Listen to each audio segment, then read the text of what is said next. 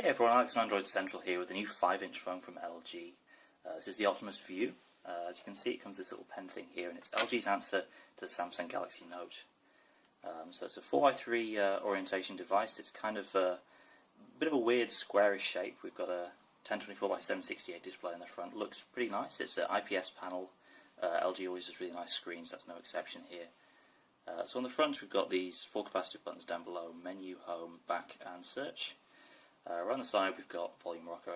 On the top, we've got a pretty strange collection of ports. We've got the 3.5mm headphone jack, dedicated screenshot key, this little slider thing here from micro USB, power button, which, as you can see, is the light there, also doubles as a notification LED.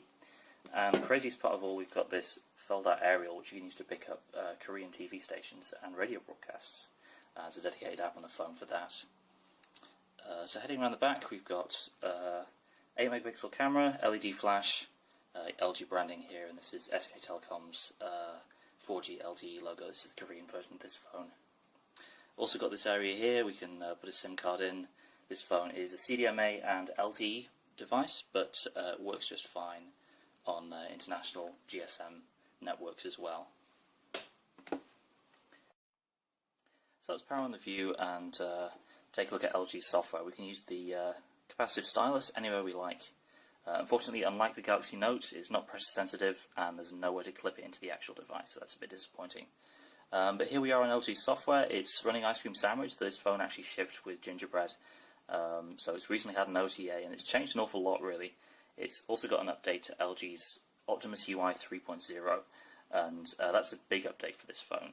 If you haven't seen any LG phones running Gingerbread, really wasn't the best looking ROM around. So we can see here Android 4.0.4, and in combination with this phone's hardware, it's actually pretty fast. It's not lightning fast like, say, the Galaxy S3, but we've got a Snapdragon S3 chip in here at 1.5 GHz, and it does a pretty good job at running this show, backed up, of course, by a gig of RAM and 25 gigs of internal storage.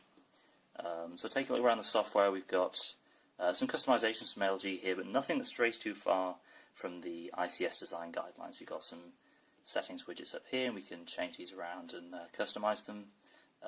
Settings button in the usual place.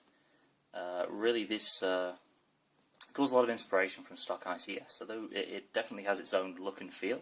It's not sort of tied to old versions of Android in the way that, say, TouchWiz is.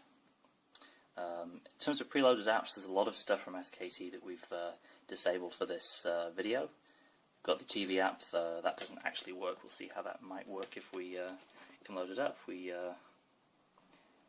scan for channels here, of course we're not in Korea, so it doesn't work, but you get the idea. You've also got all the usual sharing and multimedia stuff that you expect from a high-end smartphone.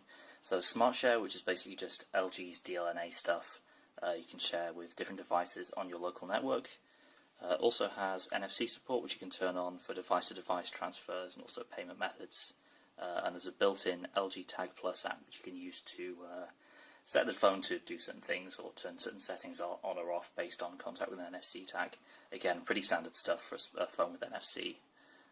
Next up, we have Notebook, which is LG's answer to the note-taking software in the Galaxy Note. So you can write text just as normal with a keyboard, or you can just make notes using capacitive pen. And this actually works pretty well. The pen input is quite nicely done for a capacitive stylus, of course, because you have this rubberized nub to use. It's not quite as precise as what you get with the Galaxy Note. But really the biggest problem with this device is the size. It's a weird aspect ratio, and it's also a very large display. So if you're trying to use this in one hand, you're probably going to run into trouble. Not the most pocketable device either, just because of the shape and size of it. So not necessarily a bad device. It's for what it is, pretty fast. It's just impractical with the size of the screen. So there you go, very quick first look at the LG Optimus View. Thanks for watching.